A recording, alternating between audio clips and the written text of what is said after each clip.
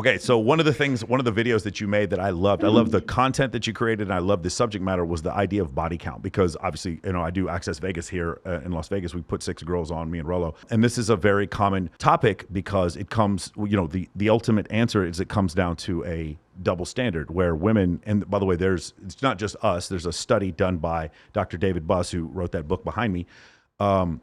37 culture study done in 1989 where they discuss body counts in men and women, and of all these 37 cultures, do men care more about a woman's body count? Do women care more about a man's body count?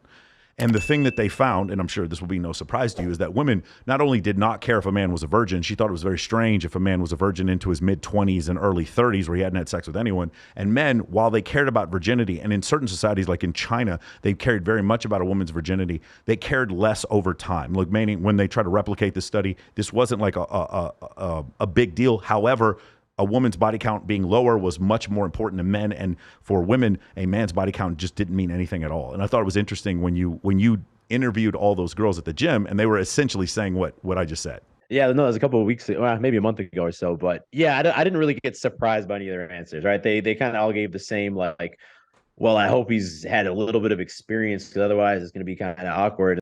Everything you just said is spot on, I think, about those studies sound right. And obviously, like, as time's gone on and people have gotten more sexually liberated or whatnot, it makes sense. Men still care about the body count more than women. But yeah, I don't think there's a general expectation, at least in the Western world, for women to be a virgin. You know what's funny is that I don't think they're more liberated. I think we talk about it more, but people are actually having less sex now. The thing is, I used to have these arguments about hypergamy, but I stopped having arguments and I just kept throwing stats at them. And I'm like, there is no stat that shows that men are normally distributing as far as like sexual access. There's a small group of men having a ton of sex and a large group of men that is growing. Here's the other thing that's really interesting. The number of sexual partners that women is having is staying the same. Like, do you understand I made a video on this. Actually. Yeah, I noticed the same thing. Yeah. It's crazy. I mean, it's not. I guess it's not crazy. It makes sense. Like you said, the iPhone came out, Facebook came out, dating apps came out. Women now have access to men all over the world who are interested in them. Correct. And then the average dude just feels lonelier and lonelier. So, but it's a conflation of two different things. One, the inability to go up and talk to women normally and have a normal conversation. But two, the fact that what's happened is if you have outstanding social media and you have outstanding YouTube content.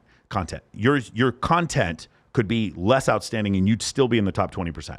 For most men, they'll put average content out there, but their average content is the same as, it's almost like, a rotting banana peel. Has it been there for 1 day or 6 days? It doesn't matter. I'm not going to fucking eat it. It's gross. That's essentially what women see when they look at men's content. For women will have a 6 out of 10 content, but you'll see that they're young. They have signs of youth, facial symmetry, and a hip to waist ratio. And celebrities will creep in women's DMs that have 1,000 fucking followers, and the girl will go on a date with a man sleeping with a celebrity. So average social media for a woman will get them a celebrity. Average social media for men will get them nothing. And then that's why I said, like, this bifurcation where you have this top 20% of men that have all this access and this huge 80% of men that have next to none. And when I look empirically, I see exactly that same thing, right? It's crazy when you see this. And then I get pushback from these men like, I don't want to be on social media. And I was like, I think that was a luxury you could have had 10 years ago. I don't think it's a luxury you can have now. No, I agree. That's kind of with our dating program, it's kind of one of the main things that